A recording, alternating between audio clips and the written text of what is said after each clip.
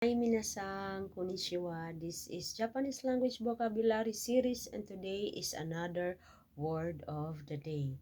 So, kung nung nakaraang video natin ay pinag-usapan natin kung ano ang gagamitin kung uuwi tayo sa sarili nating bansa, which is ang kikoku suru or kikoku shimasu. Ngayon ay pag-uusapan naman natin kung ano ang gagamitin natin kung uuwi tayo sa sarili nating probinsya or sa sarili nating bahay. So, ang gagamitin po natin dyan ay kisei suru or kisei shimasu in polite form or kitaku suru or kitaku shimasu.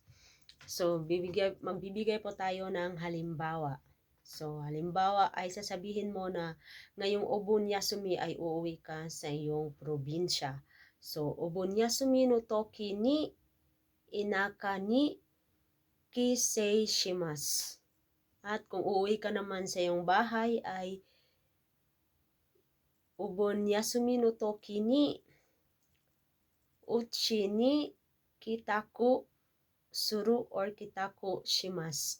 Pero pwede pong kisei suru or kitaku suru ang gamitin nyo. Depende po kung ano ang gagamitin nyo sa dalawang yan dahil parehas lang po ang kahulugan ng dalawang salita na yan.